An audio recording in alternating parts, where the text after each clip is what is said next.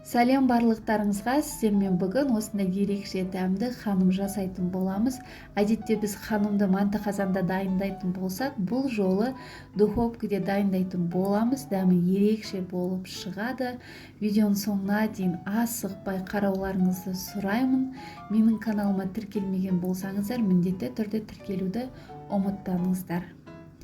Ең алдымен ыдысымызға 100 грамм осылай майымызды құямыз, ерітілген. Дәл солай үстіне жылы су құйып аламыз.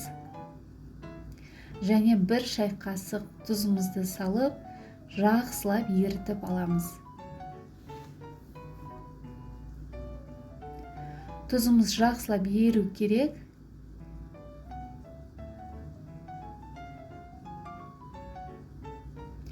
Енді осының үстіне електен өткізіп, ұнымызды саламыз.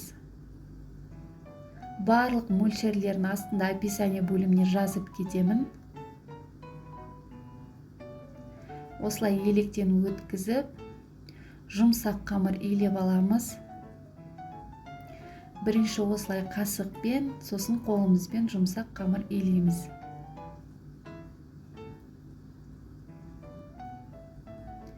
Міне бізде осылай әдемі қамыр дайын болды, сап-сары болып.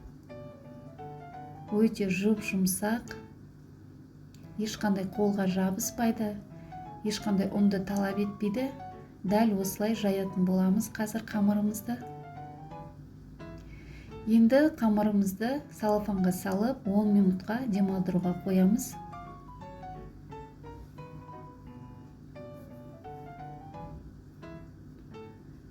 Он минуттан кейін дәл осылай зуалаларға бөліп аламыз. Мен 5 бөлікке бөліп алдым. Егер сіздер көп жасайтын болсаңыздар, дәл осы мөлшерлерді 2 есе, 3 есеге көбейтсеңіздер болады.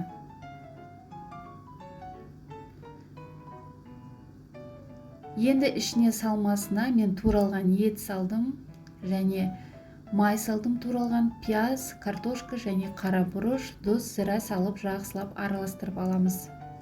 Тартылған етке қарағанда туралған ет өте дәмді болады.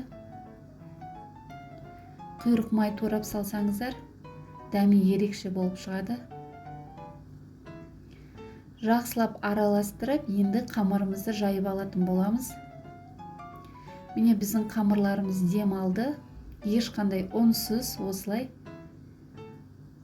қамырымызды жайып аламыз. Біздің қамырымыз жұп-жұқа болу керек.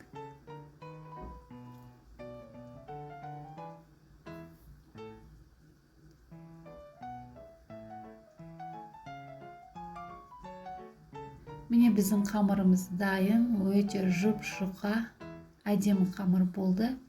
Енді осының үстіне сұйық майымызды жұқалап жағып аламыз, барлық жеріне біркелкі етіп.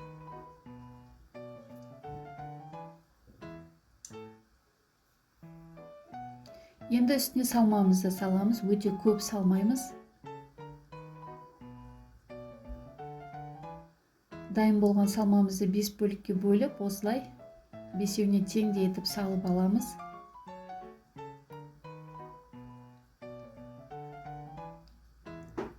Жай орасаңыздар да болады, мен осылай оқтаумен орап саламын. Осылай етіп оқтауымызды шығарып аламыз және жарты ай тәріздес етіп формаға келтіріп аламыз. Екі шетін жақсылап бекітіп жауып аламыз.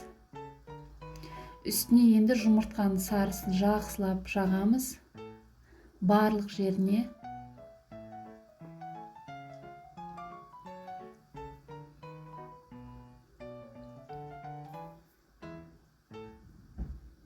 Енді осының үстіне өз қалауларыңызша күнжіт салсаңыздар болады.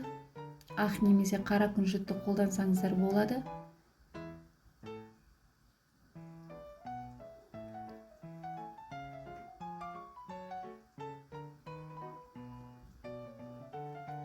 Мен осылай қара күнжітті септім бірінші. Кейін ақ күнжіттен де сеуіп шықтым үстіне.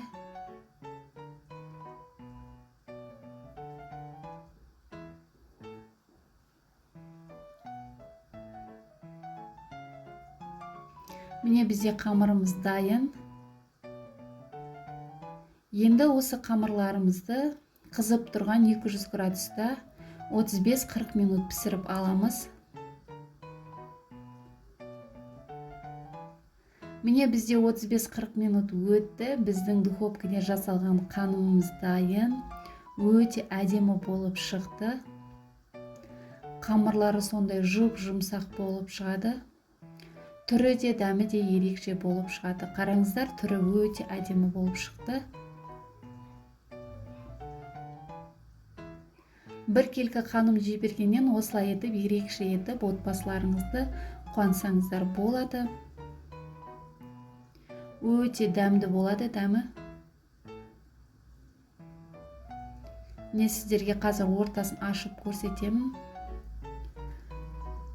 Қамырлары сондай жұмсақ, өте дәмді болып шығады.